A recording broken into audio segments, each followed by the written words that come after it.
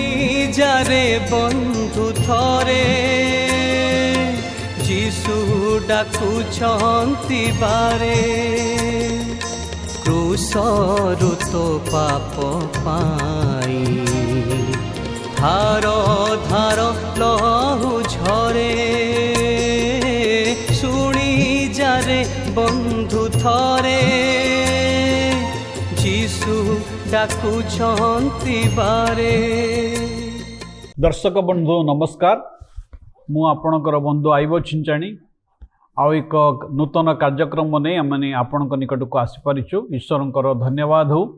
ये कार्यक्रम द्वारा आमने ईश्वर वाक्य बाइबल रु किसी गुरुत्वपूर्ण प्रसंग व्यावहारिक प्रसंग जहाँ मानकर जीवन पर अति आवश्यक से प्रसंग उपर आमने आलोचना करिथाउ। आज मध्य आमने एक नूतन प्रसंग आलोचना करिबा। मो सहित आज ये आलोचना रे आमानकु प्रभुंकर वाक्य कहवा निमंते आमानकर church of Christ union church रो दुई जण पालक बंधु आमानक मध्य अछंती। मोर डाहाण पटे अछंती रेवरेंड संग्राम केसरी सिंह, संग्राम भाई नमस्कार। एवं मोर बाम पटे अछंती रेवरेंड सतीश कुमार पाणी, सतीश भाई नमस्कार। यही दुई बंधु से माने आमानकु प्रभु का वाक्य को अति प्रांजल भाव में बुझे थांती आने ईश्वर धन्यवाद करूँ। ईश्वर सम्मान को मध्य आशीर्वाद करंतु। तेबे आज आम जो प्रसंग रे आलोचना करवा से प्रसंग उठुचे विफलता एवं निरुत्साह आम किपरि मुकुली परिबा। आमने विफलता बा निरुत्साह कथा जिते कही थाउ अनेक समय शब्द गुड़िक को आमने समस्ते अध्ययन कर न किंतु आमने आमानकर जीवन रे अंगे निभे था। आम निरुत्साह कौन जानिचु, विफलता कौन जानिचु। जितेबाला आम जीवन में बड़ बड़ विफलता देखा जाए, कौन सी चाकरी जिते आम हर बसु बा कौन सी स्वप्न जहाँ मैंने पोषण करा जिते आमर से स्वप्न साकार हुए नहीं से समय मनरे गोटे निरुत्साह भाव आसी थाए। से विफलता आमान को ग्रास करि थाए, आमानकर मनोबल भांगी जाई थाए। आमे जो कार्य करने इच्छा करिथाउ से कार्य रे आमे आगो को बढ़ी पारि न थाउ। अनेक ए प्रकार का संपर्कर कथा मत उठे जितेबाला कौन सी संपर्क आमान भांगी जाए आमे बहुत चेष्टा कलु किंतु हो पारु नहीं आउ से समय आमे निरुत्साहित पड़ो, आमे विफल पड़ो। तेबे ए विफलता निरुत्साह आमे किपरि मुकुली परिबा से संबंध आज आमने आलोचना करिबा। आ मु विश्वास करुच्ची ये आलोचना निश्चय आम समस्त निमंते व्यावहारिक हम। आमने ये जो विफलतार जीवन रू आमने निश्चय मुकुली परिबा, कारण ईश्वर मान को विफलतार जीवन यापन करने आह्वान न करी जेपर आमने सफल जीवन यापन करवा से आह्वान से आमान को करती। तेबे मो प्रथम प्रश्न आमानकर रेवरेंड पाणी को पचार चाहिए। रेवरेंड पाणी आपण कहतु ये जो विफलता कौन, विफलता कहले आपण कौन बुझंती? बहुत धन्यवाद आपन को जे ए विशेष कार्यक्रम को आपण स्वागत भी कले एवं एक गुरुत्वपूर्ण विषय आज आलोचना आपण रखिचंती। यह प्रत्येक मनुष्यर जीवन रे ए विषयटा जोड़ी हेकी अछि एवं विफलता प्रकृत में आपड़ जमती प्रथमे व्याख्या करुले यह गोटे मनुष्य को आघात दिए विफलता, किंतु आपणकर प्रश्न अनुसार साधारणतः आमे गोटे विषय आशा करिथाउ, गोटे विषय प्रति आमे आशा करिथाउ एवं से आशा करिबा विषय जेतेबेले आमानक जीवन रे सफल हेई पारे नहीं ताले से आशा को हरेबार जो विषयटा अनुभव सेटा मो जीवन रे गोटे विफलता बोली मो अनुभव करे एवं यह मते आघात दिए। मु जो विषय आशा करे से आशा सहित मोर जो परिणामटा मोर जो कार्यटा ता मेल खाए नहीं, तो से विषयटा विशेष करी यह विफलता को बुझा। रेवरेंड सिंह आपण ए संबंध रे कोन कहले? हाँ, विफलता आ विफलतार पुणी निरुत्साह ए दुटा जाक कह गले गोटे मुद्रार दुई पार्श्व भली। जीवनर विभिन्न घटना परिस्थिति आ समस्या एगुड़ाक आम को से अनुभूति आड़ को नहीं जाए। विफलता हूँ गोटे कह गले गोटे अनुभूति जो अनुभूति दे मनीष गति करे, जमती कि रेवरेंड पाणी भी बुझाऊले जे आमे गोटे विषय अपेक्षा करें। उदाहरण स्वरूप गोटे पिला से स्कूल रे भलरे पाठ पढ़ुची से फेल हो नाही परीक्षा रे किंतु तार हित आशा अच्छी जे मु 90 एबव% रखी बोली किंतु रिजल्ट जेतेबेले आसुची जे तार 88% आसुची कि 85% आसुची सेतेबेले से फेल तो है नहीं परीक्षा रे पास करिछि मात्र तार एक्सपेक्टेशन अनुसार है नथिबारु ताकु लागुछि मु टिके विफल हेली तो सेमिति केही के मध्य थांती जे माने चाकरी क्षेत्र रे रहंतु से माने भाबिथवे जे मु जेहेतु एटा काम रे लागि गलेनी आ मोर निश्चय प्रमोशन टा ए लेवल को हबो किंतु सेतेबेले होउछि कोन कि जे प्रमोशन टा तांकु न मिली कि तांकर समकक्ष किंबा तांकर जूनियर जेते तांकु मिली जाउछि तो ए जो अनुभूतिटा एटा हमको विफलता आड़ को नहीं जाए माने विफलतार अनुभूति आनी दे आमे सेते बेले मनरे प्रश्न आसे कोन कि जे बोधे मु ही ठीक नाही किंबा मोर मनोनयन ठीक नाही मोर निष्पत्ति भूल हो गला किंबा मु कोटा बाछिबा कथा सेथिरे बोधे मु भूल कर देछि एई जो चिंताटा आसे सेते बेले विफलतार बाधाटा भारी जना पड़े से आघातटा वास्तव लगे जे मु आशा अनुसार हैला नाही किछि गोटे व्यतिक्रम हे गला ओके भाई भणी माने आमानकर दुई जण पालक बंधु जो कथाटी कहिले जे जेते बेले आमाने जहा आशा करि थाउ जा आकांक्षा करि थाउ जे जेते बेले तार अनुरूप कौनसी फल आम पाई न था से आमान जीवन में विफलतार भाव आसी था आ विफलतार भाव आम मान को दुख दे था आमान को से जो निरुत्साहित आड़ को नहीं था आ निरुत्साह गोटे बड़ भयंकर विषय अटे जहाँकि जड़े व्यक्ति को तार जीवन में ईश्वर दत्त से जो प्रतिभा को विकसित न करने आउ पोती पकईवाई ताकू माटी तले लुचई रखापी दे था से ईश्वर आम मान को सफल जीवन देवाई से इच्छा करते आज मैंने ये विषय अधिक आलोचना करवा रेवरेंड पाणी आपण कहतु जे जड़े लोक जितेबले ये विफलतार मानसिकतार शिकार हुए से ता मन में कौन कौन सब प्रश्न आनी था बहुत भल विषय आम आज जो विषयटा आलोचना करुचु बहुत व्यावहारिक विषय यह आमान जीवन में भी घटी पारे एवं दर्शक मान जीवन में घटी पारे जमती आम प्रथम आलोचना कलु जे आशा करुवा विषय न पाइबा द्वारा विफलता आसे और विफलता द्वारा आमने जो निरुत्साह आम परिणत हो एवं द्वितीय विषय जे अनेक गुड़े विषय आम योजना एवं से योजना करिथिबा विषय योजना अनुसार कार्य न होबारे मध्य विफलता को आम अनुभव करिथाउ किंतु ये विफलता हेले जो आघात सृष्टि हुए ताहा प्रथम कथा जे आमानकर परिचय उपरे गोटे चाप आसीबा भली आमानको लागे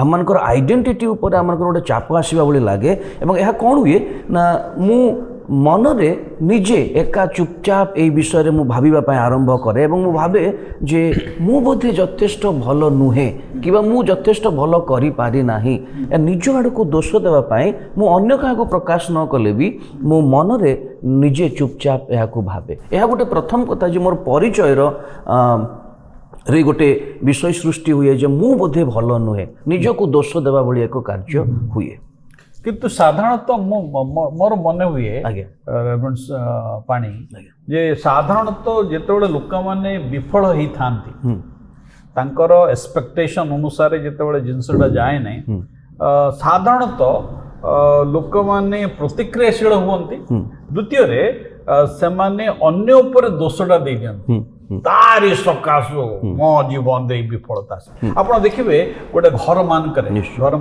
स्वामी स्त्री मध्य जदि कौन विषय से करी हे तो ठीक भाव में योजनाबद्ध भाव में कर न विफल हो जाती स्वामी स्त्री को ब्लेम करे एवं स्त्री मध्य स्वामी को ब्लेम करे तोरी सकाशु पिला माने एपरी हेले तोरी सकाशु मु विफल हेली ए प्रकार भाव में परस्पर को समाने दोषारोप करिथा निश्चय तेबे रेवरेंड सिंह आपण कहतु जे ए विफलता आउ परिचय आइडेंटिटी या मध्यरे संपर्क कौन आमे कहया को गले सामाजिक प्राणी एवं आममानकर मस्तिष्क अच्छी मन अच्छी जोटा कि अनेक विषय भावे चिंता करे कल्पना करे ବିବେଚନା କରେ, ବହୁତ କିଛି ପ୍ରକ୍ରିୟା ଆମମାନଙ୍କର ମନରେ ଘଟେ। ଆଉ ବିଫଳତା ଯେତେବେଳେ ହୁଏ ଆଉ ମନ ସେତେବେଳେ ଧୀରେ ଧୀରେ ଯେମିତି ରେଭରେଣ୍ଡ ପାଣି କହୁଥିଲେ ଯେ ସେ ନିଜକୁ ଦୋଷାରୋପ କରେ। ପ୍ରଥମେ ହୋଇପାରେ ଏଇଟା ମାନେ ମୁଁ ଠିକ୍ ନଥିବାରୁ ଏହା ହେଲା, କିମ୍ବା ଏଇଟା ମୋ ପ୍ରତି ଘଟିଲା। କିନ୍ତୁ ଏଇଟା ମଧ୍ୟ ହୁଏ ଯେ ଆମମାନେ ସାଧାରଣତଃ ଅନ୍ୟକୁ ଦୋଷ ଦେଇଦେଉ, ଅନ୍ୟ ଉପରେ ମାନେ ଦୋଷ, ତା ସକାଶେ ଏମିତି ହେଲା କିମ୍ବା ଅମୁକ ସକାଶେ ଏମିତି ହେଲା, ସେ ପ୍ରତିକ୍ରିୟା ମଧ୍ୟ ହୁଏ। କିନ୍ତୁ ମୂଳ ବିଷୟ ହେଉଛି କ'ଣ, ବିଫଳତା ଆସିଲେ ସାଧାରଣତଃ ଆମମାନେ କ'ଣ କି ଯେ କିଛି ବିଷୟ ଯଦି ହାସଲ କଲୁ, ଆମେ କରୁଥିବା ଗୋଟେ ପ୍ରୋଜେକ୍ଟରେ ଯଦି ସଫଳତା ମିଳିଗଲା କିମ୍ବା ପରୀକ୍ଷାର ଫଳାଫଳ ଭଲ ମିଳିଗଲା କିମ୍ବା କରୁଥିବା କାର୍ଯ୍ୟରେ ଆମମାନେ ସଫଳତା ପାଇଗଲୁ, ସେତେବେଳେ ଆମମାନଙ୍କର ମୂଲ୍ୟବୋଧ, ଆତ୍ମମୂଲ୍ୟବୋଧ ଆଉ ଆମମାନଙ୍କର ପରିଚୟକୁ ଆମମାନେ ଏକା ସାଙ୍ଗରେ ମିଶାଉ ଯେ ଏଇଟା ହେଉଛି ମୋର ପରିଚୟ। ଜଣେ ଲୋକକୁ ମଧ୍ୟ ଆମମାନେ ସେ ଅନୁସାରେ ଦେଖୁ, ସେ ବହୁତ ସଫଳକାମୀ ବ୍ୟକ୍ତି। କିନ୍ତୁ ସଫଳତା ହେଉଛି ଗୋଟେ କାର୍ଯ୍ୟର ଫଳାଫଳ, ବ୍ୟକ୍ତିତ୍ୱ ହେଉଛି ଭିନ୍ନ ବିଷୟ। କିନ୍ତୁ ଅନେକ ସମୟରେ ଆମେ ଦୁଇଟିକୁ ଏକା ସାଙ୍ଗରେ କରିଦେଉ। ଫଳରେ କ'ଣ ହୁଏ କି ଯଦି କାର୍ଯ୍ୟରେ କିଛି ବିଫଳତା ଆସିଲା ବା ମାନେ କରିପାରିଲୁ ନାହିଁ ଏକ୍ସପେକ୍ଟେସନ୍ ଅନୁସାରେ, ଆମେ ନିଜକୁ ଦୋଷ ଦେଉ କିମ୍ବା ଅନ୍ୟକୁ ଦୋଷାରୋପ କରୁ। କିନ୍ତୁ ସେଇଟା ପ୍ରକୃତରେ ହେବା କଥା ନୁହେଁ। କିନ୍ତୁ ଆଉ ଗୋଟେ ବିଷୟ ହେଉଛି କାହିଁକି ବିଫଳତାର ଅନୁଭୂତି ମଧ୍ୟ ଦେଇ ମଣିଷ ଗତି କରେ, ତା'ର କାରଣ ହେଉଛି ଯେ ସେ ଆମମାନଙ୍କର ମନ କୌଣସି କାର୍ଯ୍ୟ କରିବାକୁ ଗଲେ ମଧ୍ୟ ଆଗରୁ ଭାବିନିଏ, କଳ୍ପନା କରେ ଯେ ମୁଁ ଏଇ ଲେଭେଲକୁ ଉଠିବି, ସେ ମୋର ରେଜଲ୍ଟଟା ଏମିତି ହେବ। ବେଳେବେଳେ ସେଟା ହେଇପାରେ ନାହିଁ, କୌଣସି କାରଣବଶତଃ ହେଇପାରେ ନାହିଁ। ସେତେବେଳେ ବିଫଳତାକୁ ଆମେ ହଠାତ୍ ଅଙ୍ଗୀକାର କରିବାକୁ ପାରିନଥାଉ, ସେଇଟା ଗୋଟେ ସମସ୍ୟା ହୁଏ। ଆଉ ସେ ସମୟରେ ମଧ୍ୟ ଆମମାନେ ଦେଖୁ ଯେ ଆମମାନଙ୍କର ନିଜ ଉପରେ ମଧ୍ୟ ନିୟନ୍ତ୍ରଣ ଆମମାନଙ୍କର ରହେ ନାହିଁ। ଆମେ ନିୟନ୍ତ୍ରଣ ହରେଇ ବସୁ କିମ୍ବା ଆମେ ତାପରେ ଭାବି ନେଉ ଯେ ଏଇଟା ଆମ ହାତରେ ନାହିଁ। ସେ ପ୍ରକାର ମଧ୍ୟ ଆମମାନେ ବେଳେବେଳେ କରିଥାଉ। କିନ୍ତୁ ଆଉ ଗୋଟେ ବିଷୟ ହେଉଛି କ'ଣ, ସାଧାରଣତଃ ଲୋକମାନେ ବିଫଳତାକୁ ବେଶୀ ଅନୁଭବ କରନ୍ତି ଯେତେବେଳେ କି ନିଜକୁ ଅନ୍ୟ ସାଙ୍ଗରେ ତୁଳନା କରନ୍ତି। ସେ ଏମିତି କରିଦେଉଛି, ମୁଁ କରିପାରୁନାହିଁ, ମୁଁ ମଧ୍ୟ କମ୍ ନୁହେଁ। ଭଲ କଥା, ଆମେ କାହାର ମାନେ କାହାଠାରୁ କମ୍ ନହଉ। କିନ୍ତୁ କଥା ହେଉଛି କ'ଣ, ସମସ୍ତେ ଆମମାନେ ମଧ୍ୟ ସମାନ ନୁହଁ। ଗୋଟେ ହାତର 5ଟି ଆଙ୍ଗୁଠି, ମାତ୍ର 5ଟି ଆଙ୍ଗୁଠି ଯାକ ପରସ୍ପର ସହିତ ସମାନ ନୁହନ୍ତି। ଏଇଟା ଆମକୁ ସ୍ୱୀକାର କରିବାକୁ ହେବ। କିନ୍ତୁ ଯେତେବେଳେ ଆମେ ତୁଳନା କରି ବସୁ ଏବଂ ତୁଳନା ଅନୁସାରେ ଯେତେବେଳେ ଘଟଣା ହୁଏ ନାହିଁ, ସେତେବେଳେ ଆମମାନେ ବିଫଳତାର ବାଧା ଦ୍ୱାରା ଆଘାତ ପ୍ରାପ୍ତ ହେଉ। ବହୁତ ବଢ଼ିଆ କଥା କହିଲେ ଭାଇ ଭଉଣୀ ମାନେ। ଏଇ ଯେଉଁ ଅନ୍ୟ ସହିତ ନିଜକୁ ତୁଳନା କରିବା, ଯେତେବେଳେ ସେ ତୁଳନା ଅନୁସାରେ ତାର ଅନୁରୂପ ଫଳ ଆମମାନେ ପାଇନଥାଉ, ସେହି ସମୟରେ ବିଫଳତା ଆମମାନଙ୍କୁ ଗ୍ରାସ କରିଥାଏ।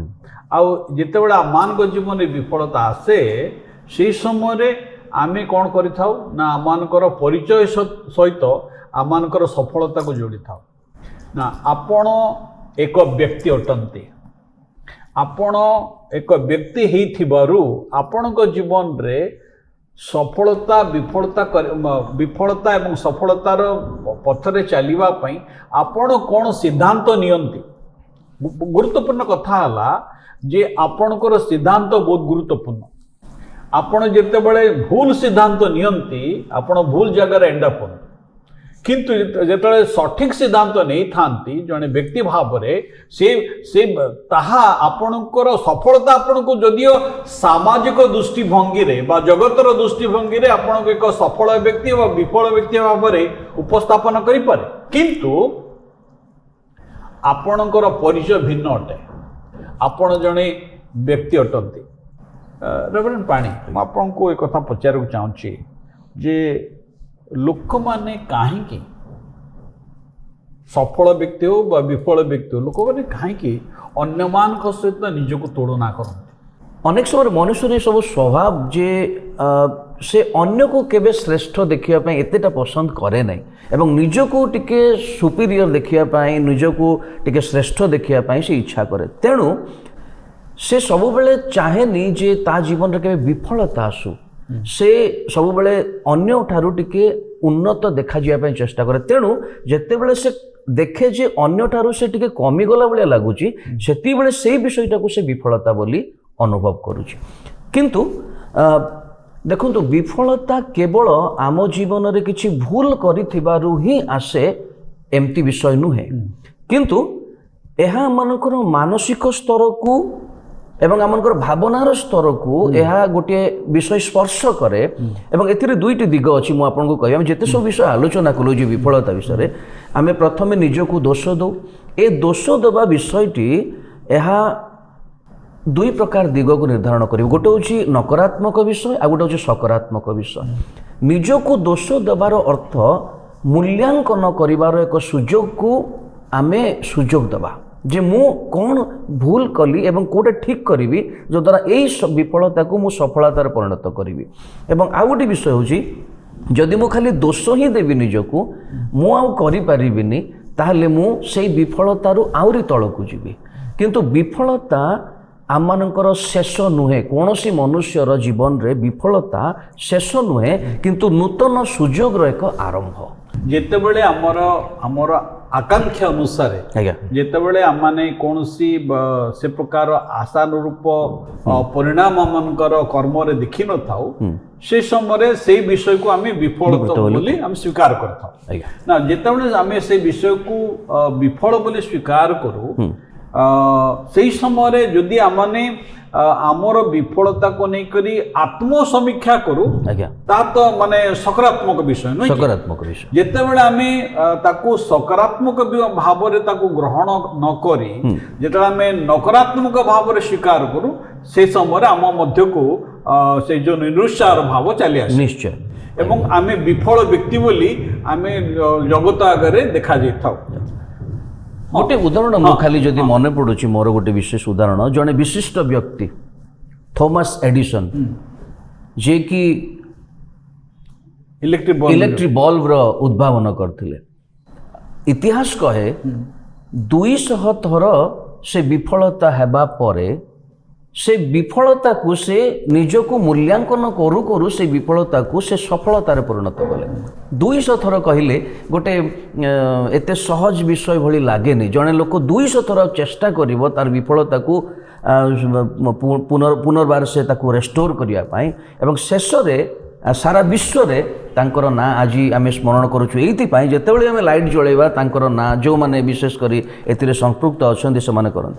ତ ବିଫଳତା, ମୋର କହିବାର ଉଦ୍ଦେଶ୍ୟ ହେଲା ବିଫଳତା ନିଜକୁ ଦୋଷ ଦେଇ କାର୍ଯ୍ୟ ବନ୍ଦ କରିବା ନୁହେଁ, କିନ୍ତୁ ତାର ପ୍ରତିବଦଳରେ ତାର ପ୍ରତିକାର କରିବା। ସେଇ ବିଫଳତାର ସବୁ ତ୍ରୁଟି ଗୁଡ଼ିକୁ ଆମେ ଖୋଜିବା ଏବଂ ତାକୁ ଯଦି ଆମେ କାର୍ଯ୍ୟ କରିବା ତାହେଲେ ସଫଳତା ତା ପଛରେ ଅଛି। ରେଭରେଣ୍ଡ ସିଂ, ମୁଁ ଏ କଥା ଶୁଣିଛି ଯେ failure is a stepping stones to success. ଆପଣ ଏ ବିଷୟରେ କ'ଣ କହିବେ? ମୁଁ ଆଉ ଥରେ ସେଇ ଥୋମାସ ଏଡିସନଙ୍କ କଥା ହିଁ କହିବା ପାଇଁ ଚାହେଁ। 200 ଥର ଯେତେବେଳେ 200 ଥର ପରେ ସେ ତାଙ୍କର ବଲ୍ବଟା ଜଳିଲା, ତାଙ୍କର ନିଜର ବନ୍ଧୁମାନେ ତାଙ୍କୁ କହିଲେ ଯେ କାହିଁକି ଏଥିରେ ଲାଗିଛ, ଏଇଟା ହେବ ନାହିଁ। ତାପରେ ଯେତେବେଳେ ଥରେ ତାଙ୍କର ସବୁ ସେ ପ୍ରୋଜେକ୍ଟଟା ସବୁ ଜଳିଗଲା, ଜଳିଯିବାରୁ ଲୋକମାନେ ଆସି କହିଲେ ଯେ ଆଉ ଏଇଟା କିଛି କରିକି ଲାଭ ନାହିଁ, ସରିଗଲା, ଏଇଟା ଆଉ ହେବ ନାହିଁ। ତଥାପି ସେ ଚେଷ୍ଟା ଜାରି ରଖିଲେ ଏବଂ 200 ଥର ଯେତେବେଳେ ହେଲେ ଲୋକ ଆସି କହିଲେ ଯେ ତମେ 200 ଥର ବିଫଳ ହେଲ ବୋଲିକି। କିନ୍ତୁ ତାଙ୍କର ଉତ୍ତର ଥିଲା, ମୁଁ 200 ଥର ବିଫଳ ହେଇନାହିଁ, ମୁଁ 200 ଥର ଚେଷ୍ଟା କରିବାରୁ ଜାଣିଲି ଯେ 199 ଥର ଯେଉଁଟା ଚେଷ୍ଟା କରିଥିଲି ସେଗୁଡ଼ାକ କାମ କରୁନାହିଁ, এইটা ହିଁ କାମ କରୁଛି। କିନ୍ତୁ ଯଦି ମୁଁ ସେଥିରେ ରହିଯାଇଥାନ୍ତି ତାହେଲେ ଏଇ ପଏଣ୍ଟଟାରେ ଯେ କାମ କରୁଛି ଏଇଟା ମୁଁ ଜାଣିପାରିନଥାନ୍ତି। ସେଥିପାଇଁ ଯେଉଁଟା ଆପଣ କହିଲେ ଯେ ବିଫଳତା ହେଉଛି ଷ୍ଟେପିଂ ଷ୍ଟୋନ୍, ଆଉ ଥୋମାସ ଏଡିସନ୍ ସେ ପ୍ରକାର ଭାବରେ ହିଁ ନେଲେ ଯେ ବିଫଳତାକୁ, ସେ ବିଫଳତା ନିକଟରେ ହାର ମାନିଲେ ନାହିଁ, ସେ ତା ଉପରେ ଚଢ଼ି ଚଢ଼ିକି 200 ଥର ଉପରକୁ ଯେତେବେଳେ ଗଲେ ବଲ୍ବଟା ଜଳିଲା। ଆଜି ସାରା ବିଶ୍ୱ ବିଜୁଳି ଆଲୁଅରେ ଆଲୋକିତ ହୋଇପାରୁଛି। ସେଥିପାଇଁ ବିଫଳତା ଜୀବନରେ ଆସେ, ମାତ୍ର ସେଇଟା ଆମମାନଙ୍କୁ ସେଇଠି ଅଟକେଇକି ନ ରଖୁ, ଆମେ ତାକୁ ପାର ହେଇକି ଯିବାକୁ ହେବ। ତାହେଲେ କ'ଣ ହେବ, ଆମମାନେ କେବଳ ନିଜେ ଆଗକୁ ବଢ଼ିପାରିବା ତାହା ହିଁ ନୁହେଁ, କିନ୍ତୁ ତଦ୍ୱାରା ଅନେକ ମଧ୍ୟ ଆଗକୁ ବଢ଼ିବାରେ ସହାୟକ ହୋଇପାରିବେ। ଆମ ଜୀବନରେ ବିଫଳତା ଆସିପାରେ, ଏପରି ଜଗତରେ କୌଣସି ସଫଳ ବ୍ୟକ୍ତି ନାହିଁ ଯାହା ଜୀବନରେ କେବେ ବିଫଳତା ତାକୁ ଛୁଇଁ। କିନ୍ତୁ ଆପଣ ଆପଣଙ୍କ ଜୀବନରେ ବିଫଳତାକୁ କେଉଁ ଦୃଷ୍ଟିଭଙ୍ଗୀରେ ଦେଖୁଛନ୍ତି ତା ଗୁରୁତ୍ୱପୂର୍ଣ୍ଣ। ଏଠି ଆମର 2 ଜଣ ପାଳକ ବନ୍ଧୁ ଥମାସ ଏଡିସନଙ୍କ କଥା କହିଲେ, ଇଲେକ୍ଟ୍ରିକ୍ ବଲ୍ବର କଥା କହିଲେ। ଏବେ ଆମେ ଇଲେକ୍ଟ୍ରିକ୍ ବଲ୍ବ ଜାଳୁଛୁ, ଏବେ ତ ଇଲେକ୍ଟ୍ରିକ୍ ବଲ୍ବ ବହୁତ ଡେଭଲପ୍ ବି କଲାଣି, LED ଲାଇଟ୍ ଆଉ କି ଲାଇଟ୍ ସବୁ ଆସିଲାଣି ଆପଣମାନେ ଜାଣନ୍ତି। ସେ ତାଙ୍କର ବିଫଳତାକୁ ନକାରାତ୍ମକ ଭାବରେ ଦେଖିଲେ ନାହିଁ, ସେ ତାକୁ ଦେଖିଲେ ଯେ ସେ ବିଫଳତା ମଧ୍ୟରେ ସେ ସଫଳତାକୁ ଖୋଜୁଥିଲେ ଆଉ ସେ ଶେଷରେ ସେ ପାଇଗଲେ। ଠିକ୍ ସେହିପରି ଭାବରେ ଆମର ଦୃଷ୍ଟିଭଙ୍ଗୀ ବହୁତ ଗୁରୁତ୍ୱପୂର୍ଣ୍ଣ। ଆମେ ଗୋଟେ ବିଷୟକୁ କିପରି ଭାବରେ ଦେଖୁଅଛୁ। ଆପଣ ନିଶ୍ଚୟ କୌଣସି ବିଶେଷ କରି ଆମମାନଙ୍କର ଯୁବା ଭାଇ ଭଉଣୀମାନେ ଯେଉଁମାନେ ଅଧ୍ୟୟନ କରୁଛନ୍ତି, ପାଠ ପଢ଼ୁଛନ୍ତି ବା କୌଣସି ବ୍ୟବସାୟ କରୁଛନ୍ତି, ହୁଏତ ଆପଣ ଆଜି ଅନେକ ଷ୍ଟ୍ରଗଲ୍ କରୁଛନ୍ତି, ସଂଘର୍ଷ ଅଛି। ଥମାସ ଏଡିସନଙ୍କ କ୍ଷେତ୍ରରେ ମଧ୍ୟ ସେ ସଂଘର୍ଷ କଲେ। ଭାଇ ଭଉଣୀମାନେ, କୌଣସି ବିଷୟ ଏପରି ସହଜ ହେଇଯାଏ ନାହିଁ, ସଂଘର୍ଷ ଦରକାର ଅଛି। ଜୀବନରେ ଯଦି ସଂଘର୍ଷ ନାହିଁ ତାହେଲେ ଜୀବନର ମୂଲ୍ୟ କିଛି ରହିବ ନାହିଁ। ସେଥିପାଇଁ ସଂଘର୍ଷ ଅଛି। ଆପଣଙ୍କୁ ପାଠ ପଢ଼ିବାକୁ ପଡ଼ିବ, ଆପଣଙ୍କୁ ପରିଶ୍ରମ କରିବାକୁ ପଡ଼ିବ, ଆପଣଙ୍କୁ ବୁଦ୍ଧି ଖଟେଇବାକୁ ପଡ଼ିବ, ତେବେ ଯାଇକରି ଆପଣଙ୍କ ପାଇଁ ସଫଳତା ଅପେକ୍ଷା କରିଛି। ଆଉ ଏଥିରେ ଆଉ ଗୋଟେ କଥା ମୁଁ ଯୋଗ କରିବାକୁ ଚାହୁଁଛି, ଆମେ ଯେତେ ସଂଘର୍ଷ କରୁ, ଯେତେ କଠିନ ପରିଶ୍ରମ କରୁ, ଆମ ଜୀବନରେ କିନ୍ତୁ ଆଉ ଗୋଟେ ବିଷୟ ମୁଁ ନିଶ୍ଚୟ ଯୋଗ କରିବି, ତାହା ହେଉଛି ଈଶ୍ୱରଙ୍କର ଅନୁଗ୍ରହ। ଯଦି ଈଶ୍ୱରଙ୍କର ଅନୁଗ୍ରହ ଆପଣଙ୍କ ସାଙ୍ଗରେ ଅଛି, ତା ଆପଣଙ୍କୁ କ'ଣ କରିବ ନା ଆପଣଙ୍କୁ ଶକ୍ତିଯୁକ୍ତ କରିବ, ତା ଆପଣଙ୍କୁ ଅଧିକ ଉତ୍ସାହ ଦେବ, ଆପଣଙ୍କୁ ଅଧିକ ଆଗକୁ ଯିବା ପାଇଁ ପ୍ରେରଣା ଦେବ। ତେବେ ରେଭରେଣ୍ଡ ପାଣି, ମୁଁ ଆପଣଙ୍କୁ ଗୋଟେ ପ୍ରଶ୍ନ ପଚାରିବାକୁ ଚାହୁଁଛି। ଆଜ୍ଞା, ସେଇଟା ହେଉଛି, ତେବେ ଲୋକମାନେ କାହିଁକି ସଫଳତା ଅପେକ୍ଷା ବିଫଳତାକୁ ଅଧିକ ମନେ ରଖିଥାନ୍ତି? ଆମର ସମସ୍ତଙ୍କର ମନୁଷ୍ୟର ଯେଉଁ ମସ୍ତିଷ୍କ ଅଛି ଏବଂ ଅଧିକାଂଶ ମନୁଷ୍ୟର ଯେଉଁ ମସ୍ତିଷ୍କର ଯେଉଁ ପ୍ରକ୍ରିୟା ଅଛି, ଏହି ପ୍ରକ୍ରିୟାରେ ମନୁଷ୍ୟ ସବୁବେଳେ ସକାରାତ୍ମକ ଘଟଣା ଅପେକ୍ଷା ନକାରାତ୍ମକ ଘଟଣାକୁ ବେଶୀ ସମୟ ମନେ ରଖନ୍ତି। କାରଣ ସେଇ ନକାରାତ୍ମକ ବିଷୟ ଆଡ଼କୁ ବେଶୀ କେନ୍ଦ୍ରୀଭୂତ ହୁଏ ଜଣେ ମନୁଷ୍ୟର ମସ୍ତିଷ୍କ।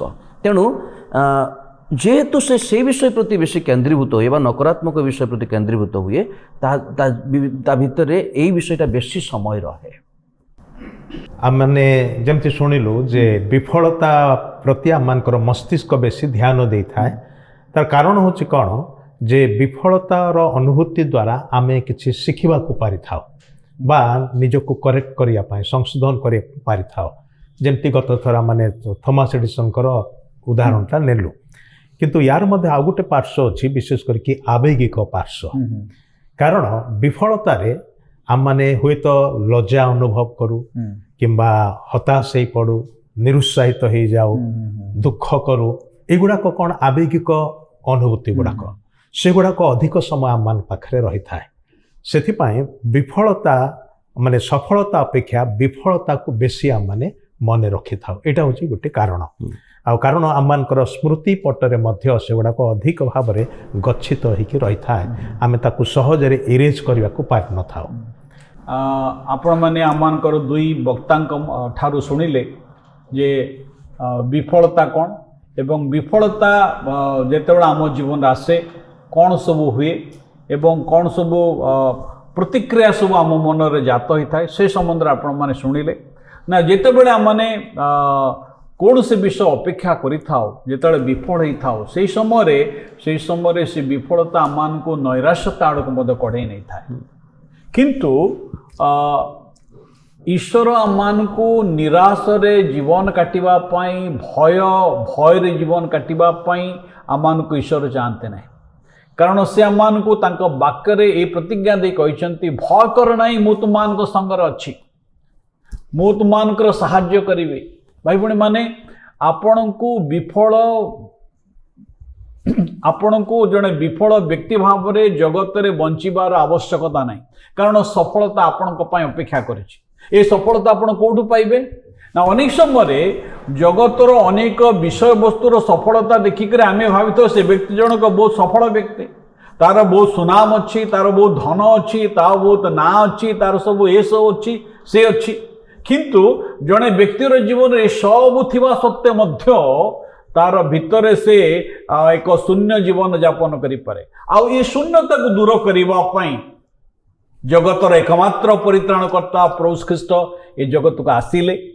ଆପଣଙ୍କ ନିମନ୍ତେ ମୋ ନିମନ୍ତେ କ୍ରୁଶରେ ବଳିଦାନ ହେଲେ, କବର ପ୍ରାପ୍ତ ହେଲେ ଏବଂ ତୃତୀୟ ଦିବସରେ ମୃତ୍ୟୁକୁ ଜୟ କରି ପୁନରୁତ୍ଥିତ ହେଲେ। ସେଇ ପ୍ରଭୁ ଯୀଶୁ ଆଜି ଆପଣଙ୍କୁ ଏବଂ ମୋତେ ସର୍ବଜଗତକୁ ଏ ଆହ୍ୱାନ ଦେଇ କହୁଛନ୍ତି, ହେ ପରିଶ୍ରାନ୍ତ ଭାରଗ୍ରସ୍ତ ଲୋକ ସମସ୍ତେ, ତୁମମାନେ ମୋ ନିକଟକୁ ଆସ। ହେ ବିଫଳତାରେ ଶିକାର ହେଇଥିବା ଲୋକମାନେ ମୋ ନିକଟକୁ ଆସ, ମୁଁ ତୁମକୁ ସଫଳତା ଦେବି। ଆଜି କ'ଣ ଆପଣ ସେ ସଫଳତା ପାଇବା ପାଇଁ ଚାହାନ୍ତି?